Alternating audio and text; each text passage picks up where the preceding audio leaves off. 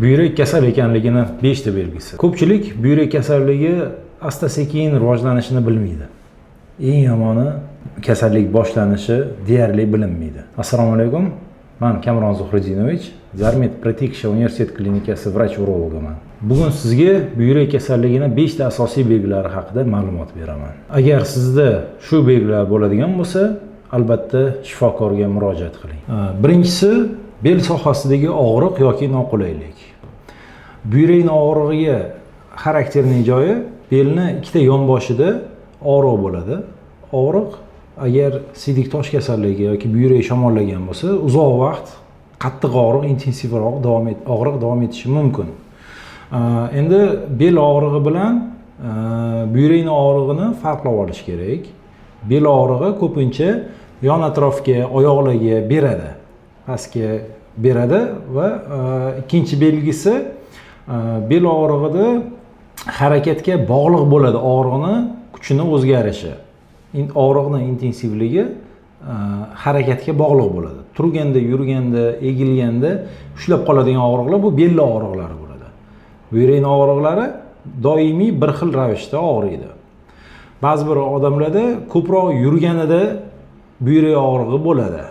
Ko'p harakat bo'lganda, nefroptoz degan kasalliklar bor. Shuni buyrak ko'p yurgan vaqti og'rib boshlaydi. Ko'pincha buyrak og'rig'i tana haroratini oshishi, ko'ngil aynish, qayt qilish.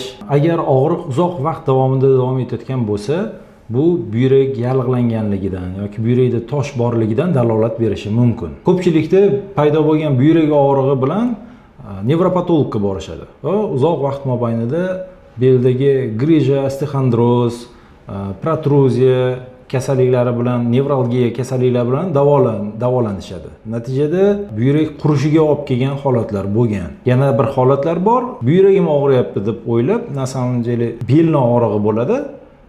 Urologlarda uzoq vaqt mobaynida antibiotiklar, lecheniyalar olib yaxshi bo'lmasdan keyin biz oldimizga keladigan bemorlar ham bor. Buyrak kasalliklarining belgisining ikkinchisi bu siydikdagi o'zgarishlar.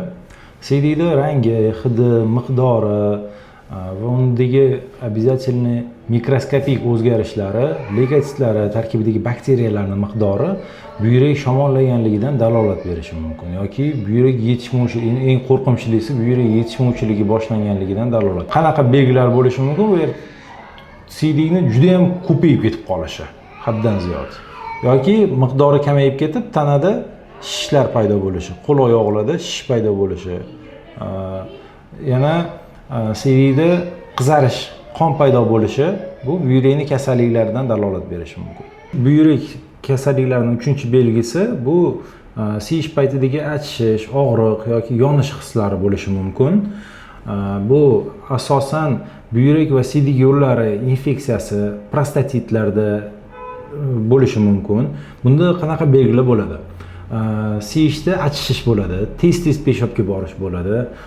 Peshob qilib bo'lgandan keyin qolib ketgandek bo'lish bo'ladi. Peshob oxirigacha chiqmagandek bo'lib, yana 5-10 minutdan keyin yana qaytib kelib peshobga chiqishi bo'lishi mumkin. Kechalari uyqu buzilib bir necha marta peshobga borishi mumkin, turish majbur bo'lishi mumkin. Peshob boshlanishida hojatxonaga kirib peshob boshlayman deganida 5 soniyadan ko'proq kutib qolish vaqtlari bo'lishi mumkin. Siyish jarayonidagi achishishlar yoki peshob to'lib ketsa, qo'q to'lib ketsa, уже tam qancha 200 ml dan ko'p bo'lsa ham achishish, og'riqlar paydo bo'lishi siydik yo'llari infeksiyasidan dalolat berishi mumkin. To'rtinchisi qon bosimining o'zgarishi. Buyrak nafaqat chiqindi moddalardan organizmni tozalaydi, balki qon bosimini ham nazorat qiluvchi asosiy organlarga kiradi buyrak. Agar buyrakning kasalliklarida ma'lum bir kasalliklari bor, buyrakning arteriyalari qisilishi yoki buyrak yetishmovchiliklarida qon bosimi 200-220 ga chiqib ketadi. Причем pastkisi diastolik давление deymiz, 100 dan yuqori bo'ladi. Pastkisi ham yuqori bo'lib ketib qoladi. Qon bosimini oshishini buyrakdan bo'lganligini ikkinchi belgisi bu birdaniga paydo bo'ladi. Oxirgi misol uchun 2-3 oy davomida qon bosimi normal bo'lib yurgan odam birdaniga 200 ga 100 bo'lib chiqib ketayotgan bo'lsa, bu buyrakdan kasalliklardan dalolat berishi mumkin. Uchinchi belgisi yosh odamlarda ham, yosh o'g'il bola, qiz bolalarda ham qon bosimini oshishini buyrakdanligini uchinchi belgisi bu yoshlarda ham kuzatilishi mumkin. Yosh 18-20 ga to'lgan o'g'il qizlarda buyrak birdaniga davleniya 200 ga 100 bo'lib ketishlari bu buyrakdan bo'lishi mumkin. To'rtinchi belgisi davleniya oshishidan oldin buyrak bir og'rib oladi, yarim soatlik oldin. Aurasi bordi. Bitta qattiq og'rib oladi, undan keyin birdaniga davleniya oshib ketadi. Beshinchisi tana haroratining oshishi. Tana harorati oshishi natijasida bemorda ishtaha yo'qligi, ko'ngil aynishlari, qusishlar bo'lishi mumkin. Tanada tana harorati oshsa, birinchi o'rinda o'pkadan ko'radigan bo'lsak, ikkinchi o'rinda buyrakdan kasallik qidiramiz.